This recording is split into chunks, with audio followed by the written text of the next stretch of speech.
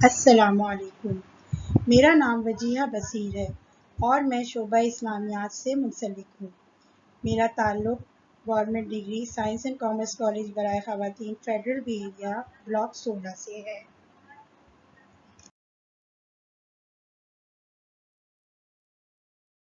آج کا عنوان عقیدہ رسالت ہے۔ عقیدہ رسالت سے متعلق آپ کے پیپر میں دو طرح سے سوال آتے ہیں، صرف جوابات میں آتے ہیں اور تفصیلی جوابات میں آتے ہیں۔ تو یہاں پر 7.5 نمبر میں جو سوالات آتے ہیں وہ میں نے لکھے ہیں۔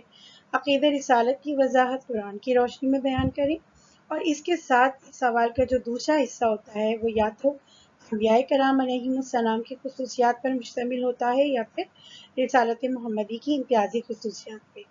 مختصر جوابات میں جو دو سوال عموماً پوچھے جاتے ہیں وہ عقیدہ ختم نبوت قرآن و حدیث کی روشنی میں بیان کریں، جس میں آپ کو ایک قرآن کی آیت اور ایک حدیث لکھنا ہوتی ہے، یا 2-3 قرآنی آیات بھی پوچھ لی جاتی ہیں۔ وحی سے متعلق قرآنی آیات تحریر کریں، اور یا پھر نزول وحی کے کتنے طریقے ہیں، تو اس کے اندر بھی ہم قرآنی آیت کا ہی ریفرنس استعمال کریں گے۔ تو یہ تمام سوالات جو اس مضمون سے ریلیٹڈ آپ کے پیپر میں پوچھے جا سکتے ہیں ان کو میں نے اکٹھا کر کے سمجھانے کی کوشش کی ہے۔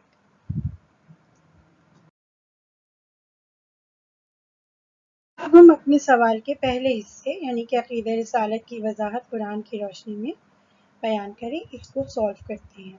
اس میں سب سے پہلے ہم رسالت کی انٹروڈکشن دیں گے کہ اس کے مطلب کیا ہیں، اس کے ڈکشنری میننگز کیا ہیں، اصطلاحی معنی کیا ہیں، پھر رسول کس کو کہتے ہیں، نبی کون ہے، اور کس طرح سے اللہ کا پیغام انسانوں تک پہنچایا جاتا ہے۔ رسالت کے لغوی معنی ہیں پیغام پہنچانا، جبکہ اصطلاحی معنی ہیں کہ اللہ کے منتخب کردہ بزرگ ہستیوں کا انسانوں تک اللہ کا پیغام پہنچانا۔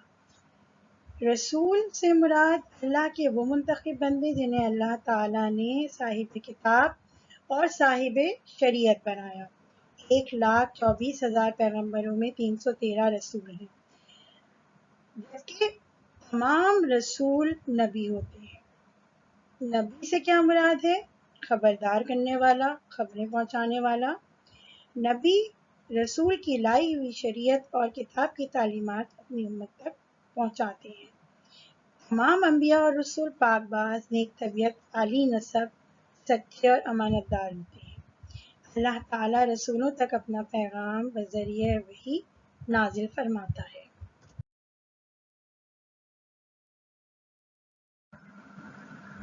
تفصیلی جواب میں وحی کا اتنا کنٹینٹ لکھا جائے گا، جبکہ مختصر جواب میں جو اس آیت 51 سورہ شورى کا ترجمہ ہے، اس کی مزید تشریح بیان کی جائے گی۔ وحی سے مراد دل میں چپکے سے کوئی بات ڈالنا، اشارہ کرنا یا کسی فرشتے کے ذریعے پیغام پہنچانا ہے۔ وحی کے طریقے سورہ شورى آیت نمبر 51 میں بیان کیے گئے ہیں، اور کسی بشر کا یہ مقام نہیں کہ اللہ اس سے براہ راست کلام کرے مگر وحی کے ذریعے سے، چپکے سے دل میں بات ڈال دے یا پردے کی اوٹ سے، یا بھیجے کسی فرشتے کو بس وحی کر دے اس کے علم سے جسے وہ چاہے۔ وحی ان 3 طریقوں سے انبیاء کرام علیہ السلام پر نازل ہوتی تھی۔ یہ تو آپ تفصیلی جواب میں لکھیں گی، لیکن اگر آپ سے 3 نمبر کا سوال پوچھا جا رہا ہے اس میں آپ نے وحی کے معنی لکھے، وحی کے طریقے میں یہ قرآنی آیت لکھی، اور اس کے بعد میں آپ اس کی تشریح لکھیں گے کہ وحی، یہ جو میں نے آخری جملہ لکھا ہے، وحی ان 3 طریقوں سے انبیاء کرام پر نازل ہوتی تھی، اس سے آگے آپ 3 بلٹس میں یا 1 2 3 کر کے آپ لکھیں گے کہ نبی کے دل پر براہ راست القاء ہوتی تھی، جیسے رسول اللہ صلی اللہ علیہ وسلم کے کئی مقامات کے اوپر اللہ تعالیٰ نے دل میں بات ڈالی، یا پردے کی اوٹ سے، پردے کے پیچھے سے، جیسے کہ حضرت موسیٰ علیہ السلام سے اللہ تعالیٰ ہم کلام ہوا ایک درخت کے پیچھے سے، یا پھر کسی فرشتے یعنی حضرت جبرائیل علیہ السلام کو بھیج کر اللہ تعالیٰ اپنے نبیوں پر وحی کرتا تھا۔ یہ 3 پوائنٹس آپ اس میں ایڈ کر دیں گے تو آپ کا 3 نمبر کا جواب بھی مکمل ہو جائے گا۔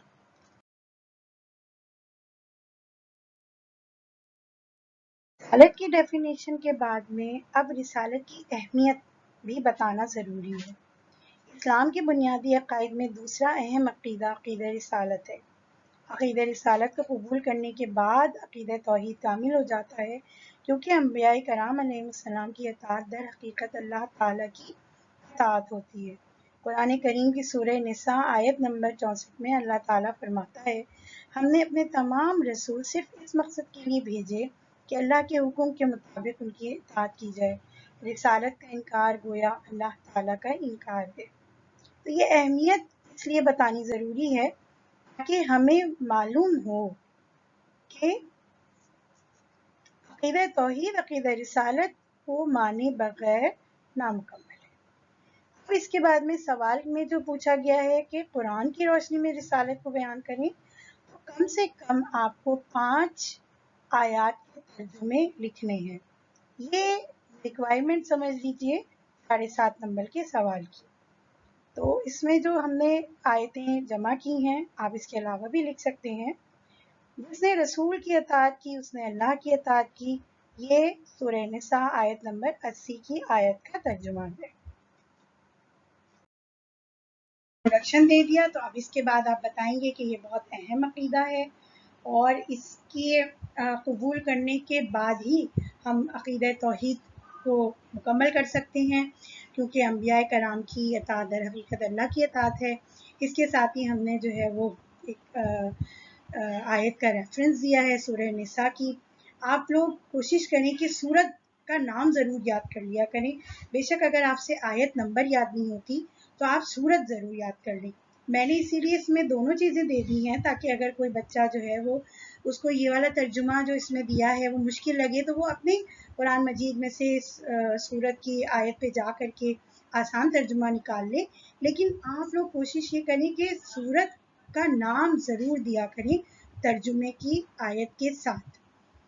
پھر اس کے بعد میں ہم سوال کے اس میں جو ہم سے پوچھا گیا ہے کہ قرآن کی روشنی میں رسالت کو بیان کریں، تو ہم نے اس کے اندر کم سے کم 5 ریفرنس آیتیں ان کا ترجمہ ضرور دینا ہے، تو یہ میں نے اس میں لکھ دیا ہے۔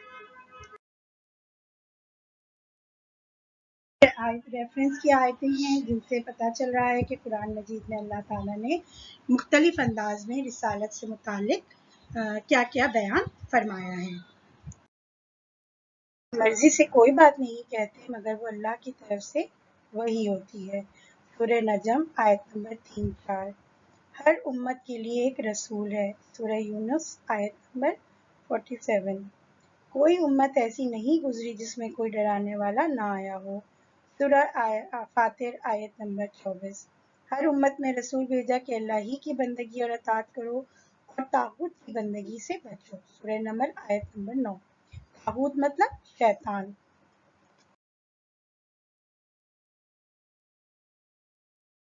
جاتے ہیں تفصیلی جواب کے دوسرے حصے پہ۔ اب وہ یا تو انبیاء کرام کی خصوصیات ہوگا یا پھر وہ رسالت محمدی کی خصوصیات ہوگا، یا یہ بھی ہو سکتا ہے کہ آپ سے عقیدہ ختم نبوت کے بارے میں پوچھ لیا جائے۔ تو انبیاء کرام علیہ السلام کی خصوصیات، اس کے اندر بھی کوشش یہی کی ہے کہ ہر ہیڈنگ میں 1 یا 2 قرآنی آیات کا ریفرنس دیا جائے۔ تو آپ لوگوں کے آنسر میں جتنی زیادہ قرآنی آیات کا ریفرنس ہوگا اتنا ہی زیادہ اچھا ہے، لیکن کوشش کیجئے کہ کم سے کم ہر ہیڈنگ میں 1 ریفرنس کی آیت ضرور دیں، اور 5 ہیڈنگز کم سے کم ہونی چاہیے۔ آپ کے پاس ٹائم ہے، آپ کو پتہ ہے کہ 2 گھنٹے کا پیپر ہوتا ہے، تو اس میں اگر آپ کے پاس ٹائم ہے آپ 6-7 ہیڈنگز بھی لکھ سکتے ہیں، لیکن کم سے کم 5 ہیڈنگز ہونی چاہیے۔ اور میں اپنے بچوں کو یہ کہنا چاہوں گی کہ اردو کے پیپر کی طرح برائے مہربانی اسلامیات کے پیپر میں شعروں کی بھرمار نہ کیا کریں۔ شعر کوئی اچھا امپریشن نہیں ڈالتے اسلامیات کے پیپر میں۔ ہاں، اگر حدیث ہوگی یا قرآن کی آیت ہوگی تو اس سے بہت ہی اچھا امپریشن پڑے گا اور آپ کے پیپر میں نمبر بھی یقیناً بہت اچھے آئیں گے۔ ڈیفینیشن اور اہمیت، اس کے بعد میں قرآنی آیت کے حوالے، یہ سمجھ لیجئے کہ 3.25 کے پورشن کو مکمل کرتا ہے۔ اب جو ہمارا دوسرا پارٹ ہے سوال کا وہ ہے انبیاء کرام کی خصوصیات۔ تو یہ آپ اس میں کم سے کم 5 آپ کی ہیڈنگز ہونی چاہیے، اور کوشش یہ کیجیے کہ ہر ہیڈنگ کے اندر آپ 1 یا 2 قرآنی آیات کا یا اگر اس سے متعلق حدیث ملتی ہیں آپ ان کا ریفرنس ضرور دیجیے۔ اس سے آپ کے سوال کے جواب کا جو مواد ہے وہ بہت بہترین ہو جائے گا اور آپ کو 7.5 میں سے 6.5 7 نمبر تک مل سکتے ہیں۔ تو اب ہم انبیاء کرام کی خصوصیات پڑھتے ہیں۔ اللہ تعالیٰ نے اپنے برگزیدہ انبیاء کو جن خصوصیات سے نوازا وہ درج ذیل ہیں۔ وہبیت، وہبیت کا لفظ وبا سے نکلا ہے یعنی کہ انعام دینا۔ ہر انسان اس لائق نہیں ہوتا جس کے اوپر اللہ تعالیٰ کا اتنا بڑا انعام ہو کہ اس کو اللہ تعالیٰ ایک چوزن بندے کے طور پہ سلیکٹ کرے۔ اتنی بڑی تعداد میں اس کے بندے ہیں لیکن وہ صرف چند ہی لوگوں کو اس قابل سمجھتا ہے کہ وہ اس کے کلام کی بھاری ذمہ داری کو دیانتداری کے ساتھ ادا کر سکے۔ چنانچہ وہ خود ایسے بندوں کو منتخب کرتا ہے۔ تو ہر نبی کی خصوصیات کیا ہے؟ خصوصیت کہ اس کو وہبیت عطا ہوئی ہے، یعنی کہ اللہ کا وہ فضل جو ہر انسان پر نہیں ہوتا، اور یہ وہ فضل ہے کہ جو کوئی بھی انسان اپنی کوشش، محنت، ریاضت اور عبادت سے حاصل نہیں کر سکتا۔ سورہ جمعہ کی آیت نمبر 4 میں ارشاد باری تعالیٰ ہے، یہ اللہ کا فضل ہے جسے چاہتا ہے عطا فرماتا ہے۔ اسی طرح سورہ انعام آیت نمبر 124 میں اللہ تعالیٰ فرماتا ہے، اللہ خوب جانتا ہے کسے رسالت عطا کرے۔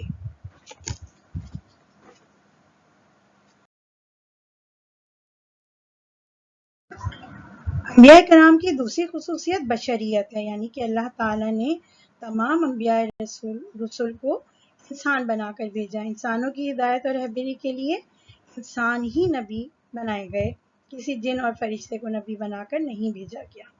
لیکن یہ انسان ہونے کے باوجود افضل البشر ہوتے ہیں، انسانیت کے بہترین مرتبے پر فائز ہوتے ہیں، بہترین انسان ہوتے ہیں جن کے اندر تمام اچھائیاں موجود ہوتی ہیں۔ سورہ توبہ آیت نمبر 128 میں اللہ تعالیٰ فرماتا ہے، تمہارے پاس تمہیں میں سے ایک رسول آیا۔ اسی طرح سے ایک اور خصوصیت ہے عصمت۔ عصمت کا مطلب کیا ہے؟ معصوم ہونا، گناہوں سے پاک ہونا، پاک باز، عزت دار۔ تمام انبیاء کرام گناہوں سے پاک ہوتے ہیں، معصوم ہوتے ہیں، اور ان کے قول و الفاظ شیطان کے اثر سے محفوظ ہوتے ہیں۔ شیطان نے خود اللہ کے سامنے اعتراف کیا کہ وہ انبیاء کو گمراہ نہیں کر سکے گا۔ اللہ تعالیٰ کے ساتھ مکالمے میں سورہ صاد آیت نمبر 3-4 میں شیطان بتا رہا ہے کہ میں ان سب کو گمراہ کروں گا مگر تیرے مخلص بندے میرے فریب میں نہیں آ سکیں گے، اور انبیاء کرام علیہ السلام سے زیادہ مخلص بندے اور کوئی نہیں۔ خصوصیت نبیوں کی یہ ہے کہ ان کی تمام تعلیمات من جانب اللہ ہوتی ہے۔ ان کا امر، کوئی بات، کوئی حکم ان کی اپنی خواہش کے مطابق نہیں ہوتا بلکہ اللہ کی مرضی کے مطابق ہوتا ہے جو ان پر وحی اتاری جاتی ہے۔ وہ اپنی مرضی اور ارادے سے کچھ نہیں بولتے، جیسا کہ اللہ تعالیٰ فرماتا ہے سورہ نجم آیت نمبر 3-4 میں، وہ اپنی خواہش نفس سے نہیں بولتے بلکہ وہی بولتے ہیں جو ان پر وحی کی جاتی ہے۔ انبیاء کرام چونکہ اللہ کے ترجمان ہوتے ہیں تو ان کا ہر قول و فعل اللہ کی مشیت و ارادے کے مطابق ہوتا ہے۔ انبیاء کرام کی تمام تعلیمات چونکہ من جانب اللہ ہوتی ہیں اس لیے وہ واجب اطاعت ہوتے ہیں، یعنی کہ ان کی فرما برداری کرنا لازمی امر ہے۔ اللہ تعالیٰ نے انبیاء کی اطاعت کو لازم قرار دیا ہے اور رسول اللہ کی اطاعت کو اپنی اطاعت کہا ہے۔ سورہ نساء آیت نمبر 80 میں ارشاد باری تعالیٰ ہے، جس نے رسول کی اطاعت کی گویا اس نے اللہ کی اطاعت کی۔ سورہ حشر آیت نمبر 7 میں اللہ تعالیٰ فرماتا ہے، اور جو تم کو رسول عطا کریں وہ لے لو اور جس سے منع کریں اس سے باز آ جاؤ۔ رسول کی نافرمانی کفر اور گمراہی قرار دی گئی ہے۔ اسی طرح سورہ محمد کی آیت نمبر 23 میں اللہ تعالیٰ فرماتا ہے، اللہ اس کے رسول کی اطاعت کرو اور اپنے اعمال ضائع نہ کرو، یعنی کہ اگر ہم رسول کی اطاعت نہیں کریں گے گویا ہم اللہ کی اطاعت نہیں کریں گے اور ہمارے تمام اعمال ضائع ہو جائیں گے، ہمیں ان پر کوئی اجر نہیں ملے گا۔ پوائنٹس کے ساتھ 7.5 نمبر کے سوال کا جواب مکمل ہوتا ہے۔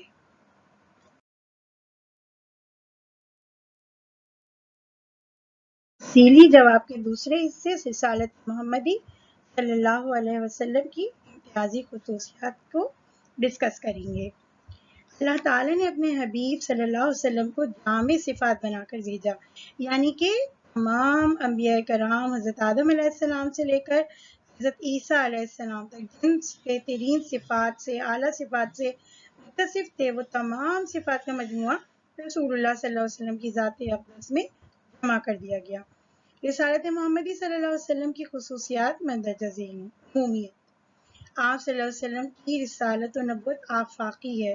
آفاقی سے مراد یہ ہے کہ تمام انسانوں کے لیے ہے، جو قیامت کے لیے آئیں گے ان سب کے لیے رسول اللہ کی رسالت و نبوت ہے۔ آپ سے پہلے جو انبیاء اور رسول آئے وہ کسی خاص قوم یا علاقے کے لیے مبعوث ہوتے تھے اور ان کی تعلیمات بھی انہی لوگوں کی حد تک محدود رہتی تھی، لیکن رسول اللہ صلی اللہ علیہ وسلم کو اللہ تعالیٰ نے تمام مخلوق کے لیے رسول بنا کر بھیجا۔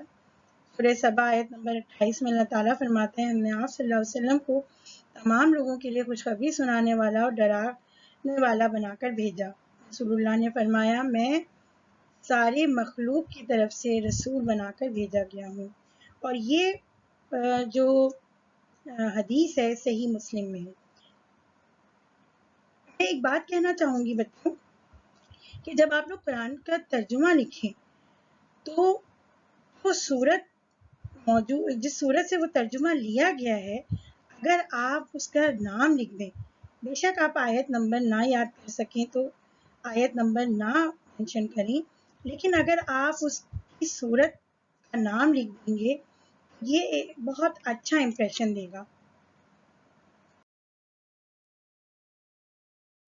سے آپ رسول اللہ علیہ وآلہ وسلم کی تعلیمات اور نبوت و رسالت تمام انسانوں کے لیے عام ہے، بالکل اسی طرح سے آپ صلی اللہ علیہ وسلم کے ذریعے اس نبوت کے سلسلے کو مکمل کیا گیا، تو اس لحاظ سے کاملیت بھی ہمارے نبی صلی اللہ علیہ وسلم کی رسالت کی ایک خصوصیت ہے۔ رسول اللہ صلی اللہ علیہ وسلم کے ذریعے حق کی تکمیل ہوئی، اللہ تعالیٰ نے کامل دین عطا فرمایا جو انسانیت کی رہنمائی کے لیے کافی ہے اور دوسرے دین کی اب ضرورت باقی نہیں رہتی۔ سورہ مائدہ کی آیت نمبر 3 میں اللہ تعالیٰ فرماتا ہے، آج میں نے تمہارے لیے تمہارے دین کو مکمل کر دیا اور تم پر اپنی نعمت تمام کر دی اور اسلام کو تمہارے لیے بطور دین پسند کیا۔ گویا کہ تکمیل دین کی خصوصی امتیاز بھی رسول اللہ صلی اللہ علیہ وسلم کو حاصل ہے۔ پھر پچھلی شریعتوں کی تنسیخ، یہ بھی ایک خصوصیت ہے کہ آپ صلی اللہ علیہ وسلم سے پہلے کیونکہ دین اپنے تکمیل کے مراحل میں تھا، تدریجی مراحل طے کر رہا تھا، لیکن رسول اللہ صلی اللہ علیہ وسلم کی بعثت کے ساتھ ہی ایک مکمل شریعت، مکمل کتاب جب دے دی گئی تو پچھلی شریعتوں کے نفاذ کی اب ضرورت نہیں رہی، ان سب کو ناسخ کر دیا گیا، ان کو نسخ کر دیا گیا اور صرف شریعت محمدی صلی اللہ علیہ وسلم کو قیامت تک کے لیے نافذ کر دیا گیا۔ سورہ آل عمران کی آیت نمبر 85 میں اللہ تعالیٰ فرماتا ہے، اور جو کوئی اسلام کے سوا کسی اور دین کی پیروی کرے گا وہ ہرگز قبول نہیں کیا جائے گا۔ میت سے مراد رسول اللہ صلی اللہ علیہ وسلم کی تعلیمات سے پہلے جو تمام انبیاء کی تعلیمات تھی وہ مخصوص قوم اور زمانے تک محدود تھی، لیکن آپ صلی اللہ علیہ وسلم رسول بن کر آئے تو ساری دنیا کے لیے ایک کامل تصور حیات لے کر آئے، اور آپ کی تعلیمات اس قدر جامع ہیں کہ قیامت تک کے تمام انسان ان تعلیمات سے ہدایت اور رہنمائی حاصل کر سکتے ہیں۔ حفاظت کتاب، حضرت آدم علیہ السلام سے لے کر حضرت عیسیٰ علیہ السلام تک جتنی آسمانی کتابیں اور صحیفے نازل ہوئے وہ اپنی اصلی حالت میں موجود نہیں، ان میں کسی نہ کسی طرح تحریف کر دی گئی، لیکن چونکہ قرآن مجید قیامت تک کے تمام انسانوں کے لیے رشد و ہدایت کا ذریعہ ہے، لہٰذا اس کی حفاظت کا ذمہ خود اللہ نے لے لیا۔ سورہ ہجر آیت نمبر 9 میں اللہ تعالیٰ ارشاد فرماتا ہے، ہم نے یہ ذکر قرآن اتارا اور ہم ہی اس کی حفاظت کرنے والے ہیں۔ اور یہی وجہ ہے کہ 1440 سال گزرنے کے باوجود بھی قرآن آج اپنی اصلی حالت میں موجود ہے اور تا قیامت موجود رہے گا۔ نبی کی حفاظت۔ اللہ تعالیٰ نے قرآن مجید کے ساتھ ساتھ اپنے محبوب نبی صلی اللہ علیہ وآلہ وسلم کی سنت کی حفاظت کا بھی خصوصی انتظام فرمایا۔ اس وجہ سے قرآن مجید کی تفسیر اور شرح رسول اللہ صلی اللہ علیہ وسلم کی احادیث اور سنت ہے۔ چنانچہ ہر دور میں محدثین کرام کی ایسی جماعت موجود رہی جنہوں نے رسول اللہ صلی اللہ علیہ وسلم کی زندگی کے ہر لمحے، ہر فعل اور ہر عمل کو محفوظ کیا اور اس کے ذریعے سے قیامت تک کے انسانوں کے لیے رہنمائی کا ایک سلسلہ بن گیا۔ اسی لیے اللہ تعالیٰ نے قرآن کی حفاظت کے ذمے کے ساتھ ساتھ حفاظت سنت رسول صلی اللہ علیہ وسلم کا بھی اہتمام فرمایا۔ ہمہ گیری۔ ہمہ گیری سے مطلب ایک دوسرے کے ساتھ میں ریلیشن شپ ہے، یعنی کہ زندگی کا ہر پہلو رسول اللہ صلی اللہ علیہ وسلم کی تعلیمات کی روشنی میں ہمیں واضح نظر آتا ہے اور رسول اللہ صلی اللہ علیہ وسلم نے خود اس کے اوپر عمل کر کے بتایا۔ چاہے آپ صلی اللہ علیہ وسلم کی تعلیمات کا تعلق تمدنی زندگی سے ہو، معاشرتی، اخلاقی، سماجی یا مذہبی، ہر لحاظ سے آپ صلی اللہ علیہ وسلم کی زندگی کا ہر پہلو ہمیں بے داغ نظر آتا ہے۔ آپ کے اخلاق اور کردار میں ہمیں کوئی جھول نظر نہیں آتا۔ سیرت محمدی صلی اللہ علیہ وسلم کے مطالعہ ہر دور کے انسانوں کے لیے بہترین نمونہ عمل ہے۔ اسی لیے رسول اللہ صلی اللہ علیہ وسلم نے سورہ احزاب میں آیت نمبر 3 میں ارشاد فرمایا، تمہارے لیے رسول اللہ صلی اللہ علیہ وسلم کی زندگی میں بہترین نمونہ عمل موجود ہے۔ ختم نبوت۔ یہ رسالت محمدی کی امتیازی خصوصیات کا 8واں پوائنٹ ہے۔ تو آپ لوگ جب 7.5 نمبر کا جواب اٹیمپٹ کریں گے تو اس میں آپ لوگوں کو 5 پوائنٹس تو جو بھی 7 میں سے لکھنے ہیں وہ آپ لکھ لیں، لیکن ختم نبوت کے پوائنٹ کو ضرور مینشن کیجیے گا، کیونکہ ختم نبوت رسول اللہ صلی اللہ علیہ وسلم کی ایسی خصوصیت ہے جو کسی نبی کو حاصل نہیں ہوئی، اور رسول اللہ صلی اللہ علیہ وسلم پر نبوت کا سلسلہ تمام کر دیا گیا، آپ کو خاتم النبیین کا لقب دیا گیا۔ اس کی وجہ کیا تھی، کیوں ہوئی؟ کیونکہ حضرت آدم علیہ السلام سے حضرت عیسیٰ علیہ السلام تک دین تکمیل کے مراحل میں چل رہا تھا، ابھی تکمیل اس کی نہیں ہوئی تھی، لیکن رسول اللہ صلی اللہ علیہ وسلم کی آمد کے بعد، قرآن مجید صلی اللہ علیہ وسلم کی نزول کے بعد اب دین مکمل ہو گیا، دین مکمل کر دیا گیا، تو قیامت تک کے لیے نہ تو کسی کتاب کی ضرورت باقی رہ گئی اور نہ ہی کسی نبی کی ضرورت باقی رہ گئی۔ اسی لیے رسول اللہ صلی اللہ علیہ وسلم کو خاتم النبیین بنا کر بھیجا گیا۔ ختم کے لغوی معنی مہر لگانا، بند کرنا، آخر تک پہنچانا اور کام کر کے فارغ ہو جانا ہے، جبکہ اس کے اصطلاحی معنی سے مراد حضرت آدم سے جاری و ساری سلسلہ نبوت جو 1,24,000 انبیاء پر مشتمل تھا، اس کی آخری کڑی رسول اللہ صلی اللہ علیہ وسلم پر آ کر ختم ہو گئی۔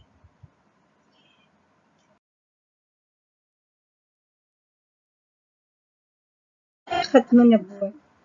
عقیدہ ختم نبوت سے مراد اس بات کا پکا یقین رکھنا کہ رسول اللہ صلی اللہ علیہ وسلم اللہ کے آخری نبی اور رسول ہیں اور قیامت تک اب کوئی نبی اور رسول نہیں آئے گا۔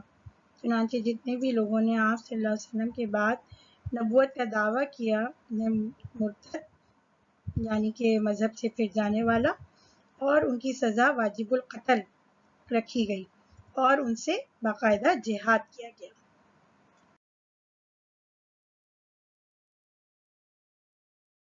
کی روشنی میں عقیدہ ختم نبوت، یہ جو پہلی آیت کا ترجمہ لکھا گیا یہ لازمی لکھی جائے گی، کیونکہ اس ترجمے میں نہایت واضح الفاظ میں بتا دیا گیا ہے حضرت محمد صلی اللہ علیہ وسلم تمہارے مردوں میں سے کسی کے باپ نہیں بلکہ اللہ کے رسول اور خاتم النبیین ہیں۔ سورہ احزاب آیت نمبر 40۔ اس کے علاوہ جو ریفرنس آیتیں عقیدہ ختم نبوت سے متعلق ہیں وہ سورہ آل عمران آیت نمبر 19 ہے، جس میں اللہ تعالیٰ فرماتا ہے اللہ کے نزدیک پسندیدہ دین اسلام ہے۔